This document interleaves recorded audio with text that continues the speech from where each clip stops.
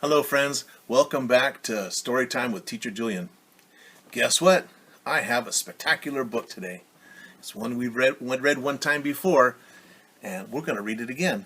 It's called When the Monkeys Come Back. Yay, monkeys! It was written by Christine L. Franklin and illustrated by Robert Roth. When the Monkeys Came Back. Do you remember anything about this book? Anything at all? Besides the fact that it has monkeys in it? Okay, well, we're going to read it again and see if any of it comes back to you. When the monkeys came back. Not a monkey. It's like an iguana. Baby monkey.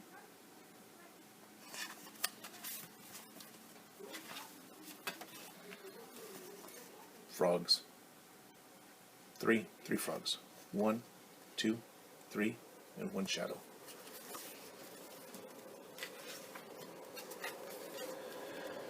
When Dona Marta was a very little girl, the valley was a peaceful place.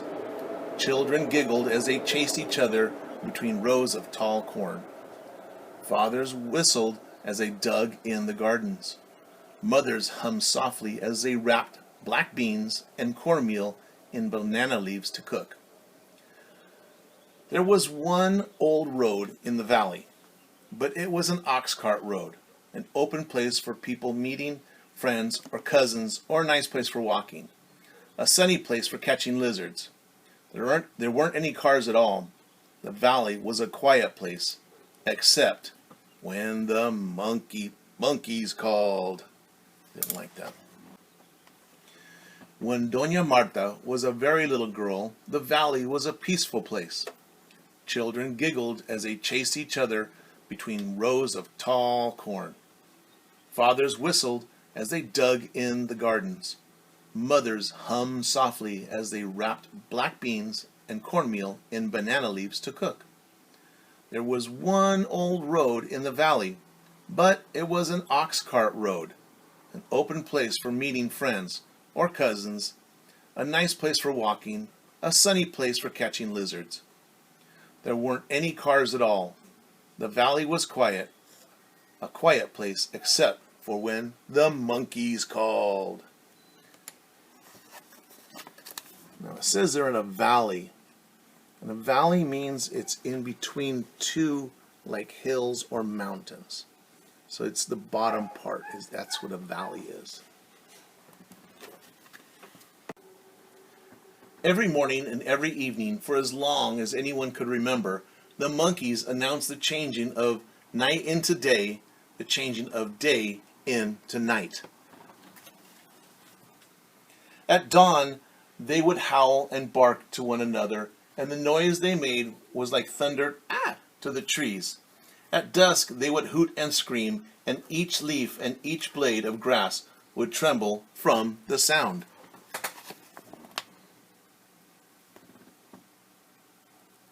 Can you hoot and holler like a monkey?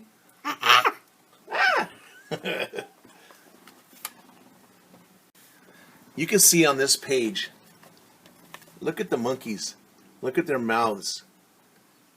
They're making different sounds. Screaming, going whoop, whoop, whoop, ah, ah, ah. And that's the hooting and hollering that the monkeys would make. When they talk about how the monkeys howl at dawn and at dusk, dawn is when the sun comes up in the morning, like right when it first comes up, and then dusk is when the sun sets and it's starting to get dark again. So dawn and dusk, like morning and night, or sunrise and sunset. One day, a car chugged and sputtered up the old road. After that, more cars came. Not many at first, for the road was an ox road, not a car road. Marta was afraid of the cars. Look at Marta right there, hiding behind her ma. The sound and the smell made her hide behind her mother's skirt. More and more cars came, and trucks, and more noise. Before long, it wasn't safe to walk down the middle of the road. to stand and talk, to chase the quick lizards. Still, monkeys shouted from the trees, drowning out all the new noises for a few moments each day, hooting to one another as they always had, waking up in the world in the morning, calling the workers home from the fields at night. The rains came and went, and Marta's dress grew too short, and one day some men from the city came to Marta's house. They offered her father a lot of money, enough to buy 6 cows and a brand new dress for Marta, and asked to cut down some trees from the side of the mountain. Marta's father agreed, and from that day on, the forest began to disappear. Which one do you think Marta's daddy is? And who do you think the men that want to chop down the trees are? Yeah, I would think that this is her daddy. There's Marta. And there's the people that want to chop down just a couple of trees. At first it was just a few trees. The lumbermen cut down only the biggest trees, the ones with the hanging vines. Vines are the little ropes that a tree will make that come down and hang. It looks like a rope.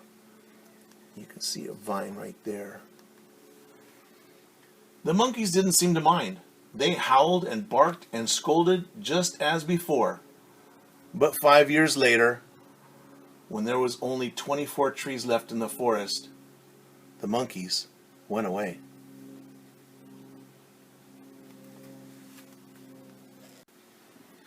Marta didn't seem to know where the monkeys went. One night, just as the sun slipped behind the hills, the monkeys shrieked and hooted and cried louder than ever before. Some said it was because of the full moon. Others said the rainy season was near. But the next morning, the valley was as quiet as a stone. Over the next several years, the last of the trees were cut down. What had once been a forest was now covered with stumps and tangled brush. There were a few birds, but no monkeys. People forgot about the monkeys. They had roosters to wake them up in the morning, lamps to work by night. But Marta didn't forget.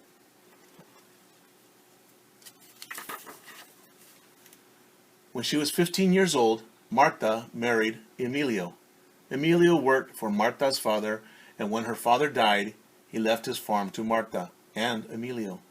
"You have lots of land now," said Marta one day.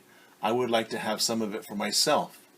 Emilio laughed out loud, because in those days, women did not own land. "Soon we will have a family to feed," said Emilio. "After I plant corn and beans and squash, there will be nothing left to give you.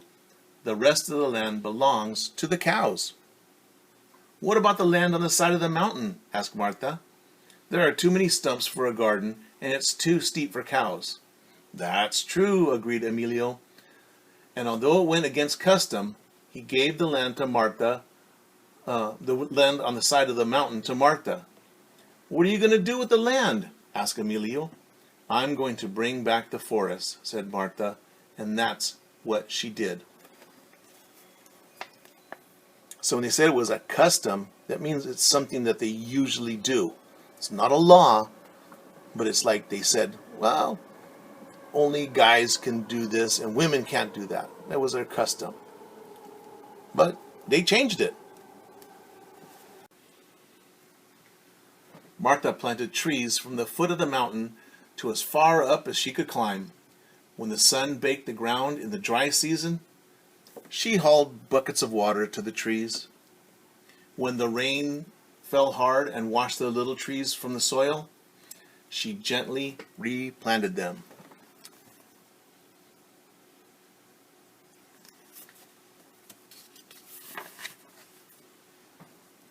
Year after year, Marta took care of the trees.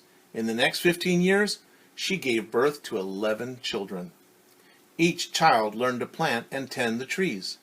Year after year, Marta's children grew tall, and so did the trees. coffee grows well on the mountain, Emilio would tease. Maybe you could plant coffee on your land. But Marta didn't listen. She didn't change her mind, and the forest came back. Many more years passed. The trees grew higher and higher. Marta's children grew up and had children of their own. Emilio died and left the farm to Marta and her sons. One day, old Dona Marta took a walk along the road in the warm sunshine. The children greeted her as she passed. "Good morning, tree lady," they said. "Good morning," answered Dona Marta with a wink and an old smile. She leaned on her stick and started across the valley. Look at Dona Marta. She's not a little girl anymore. And these are all the friends that were saying good morning to her as she was passing by.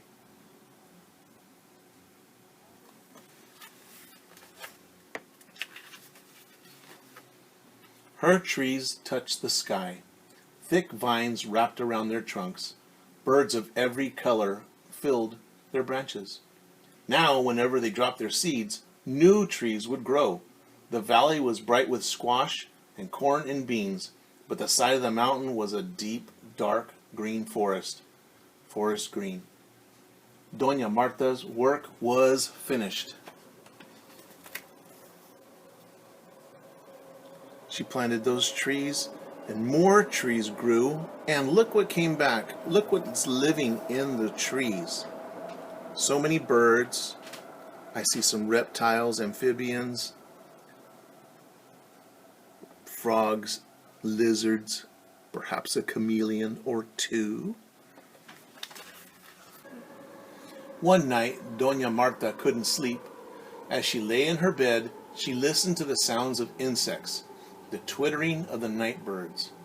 Out her little window, she watched the stars trail across the black sky. She watched the moon shadows shift and change in her room. As dawn approached, she heard the roosters begin to crow. And then she heard another sound. At first, it sounded like the barking of dogs. But soon the barking turned into howling, and the howling into shrieks, the shrieks into shouts, and every leaf and every blade of grass trembled with the sound. Dona Marta hobbled to the window and leaned out. The dark air thundered with the sound of monkeys hooting, howling, screaming from the treetops, waking up the whole world once again. Dona Marta closed her eyes, smiling a wrinkled smile, and listened to the music she had missed for 56 long years. Oh, excuse me, monkeys. Look at Dona Marta's face. You can see very closely. I see something right here. Why is she crying?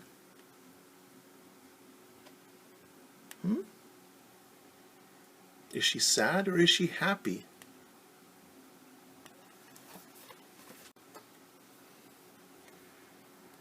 Every morning now, the old Dona Marta wakes up to the barking and the scolding of monkeys.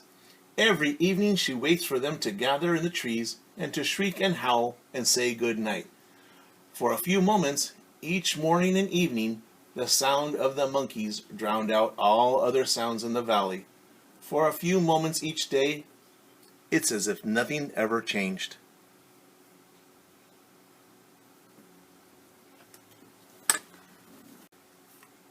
The end.